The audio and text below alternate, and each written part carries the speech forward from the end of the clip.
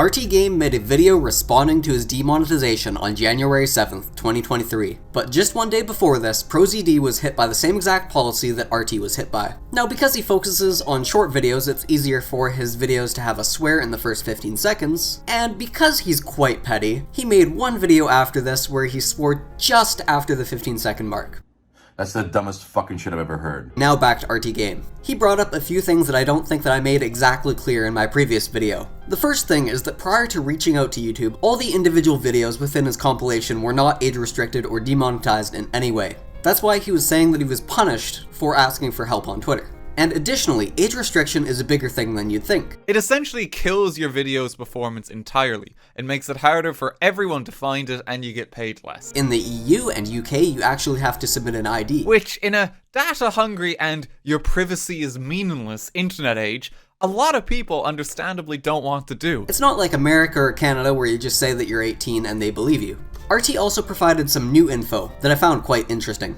Now, his The Quarry video was age-restricted for violent content. I only found out what was wrong with my age-restricted content after all of this happened, and the rep gave me exact timestamps to the offending content in my videos. Otherwise, he would have had no clue why his 2022 compilation video was hit with an age restriction.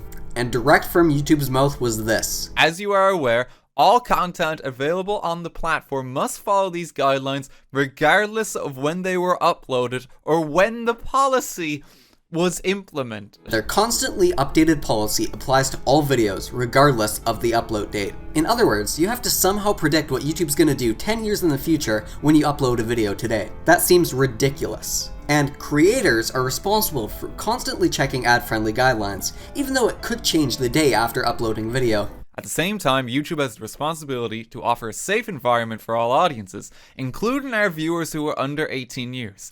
And if a content may not be appropriate for this audience, we place an age restriction on the video. That line about being appropriate for kids is especially annoying due to COPPA a few years ago. Because YouTube was collecting data on kids, we as creators need to mark whether our videos are made for kids or not made for kids. If they're made for kids, you lose comments along with a few other things. Most people were adding additional swears in their videos to make sure that they didn't get punished. Now I understand the intention here because yes, some videos aren't for kids. None of my videos are for kids, and I flag every single one of them as such. So, in trying to avoid one type of punishment from YouTube, they've instead walked into another type of punishment just a few years later. It really demonstrates this fine line that creators have to walk, and that the gray area of allowed content keeps shrinking year by year. And if that was actually implemented, if YouTube's logic was consistent, then they're essentially killing a good portion of gaming YouTube. Any game with an 18 age rating, which is by very definition not appropriate for children, should be age restricted and demonetized. Elden Ring, Skyrim, The Witcher 3, Grand Theft Auto, none of these should exist on YouTube according to this policy.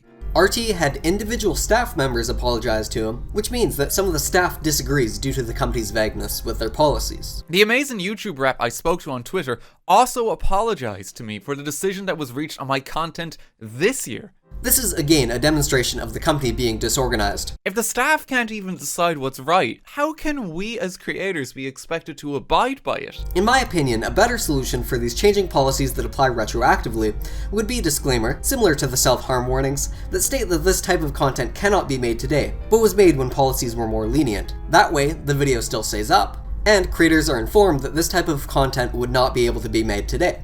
YouTube does provide a reason for demonetization. After a manual review is rejected, they can cite graphic violence, drug use, or profanity, for instance. But there isn't always feedback to explain why. I have actually had this happen in 2021, and upon dispute, all those videos were cleared for monetization. Sometimes when YouTube does actually give you a reason, the reasoning is incorrect. Here, YouTube thinks that RT is using slurs. I'd like to go on the record here and state that I have not said the N-word in my content. But there's no way to further appeal these issues, and so I just don't get paid for some of my content because of something I didn't do in my content. And I've seen people complain about this on Twitter quite often, and in some cases it seems to be caused by the auto-generated captions thinking you said a swear when you actually haven't. Now, in some cases, YouTube can actually give you the timestamps for when you're demonetized, and we've seen that with Actman just a few days ago. His Undead Nightmare video was demonetized for 1 second of footage, and from what I can tell, that 1 second is of a Plants vs. Zombies army zombie.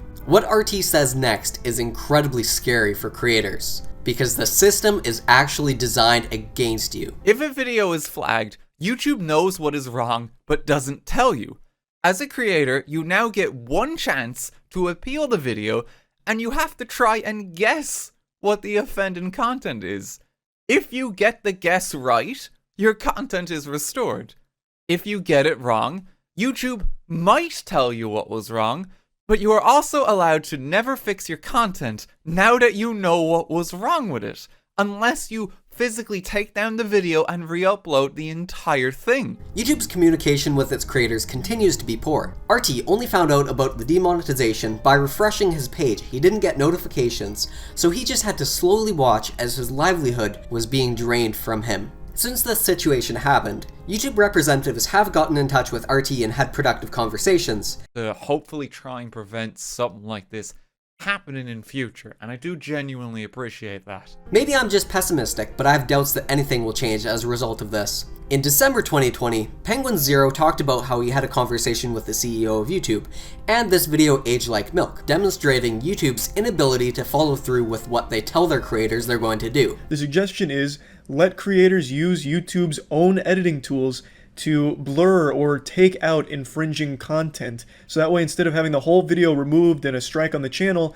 let the creator know, hey look, this right here violates a policy, you might want to do something about it, and let the creator use the tools that YouTube currently has to remove it. And Susan in particular really liked the idea and really wanted to press that on the policy team, and the policy had also liked the idea and wanted to explore ways of slowly implementing this policy over time too.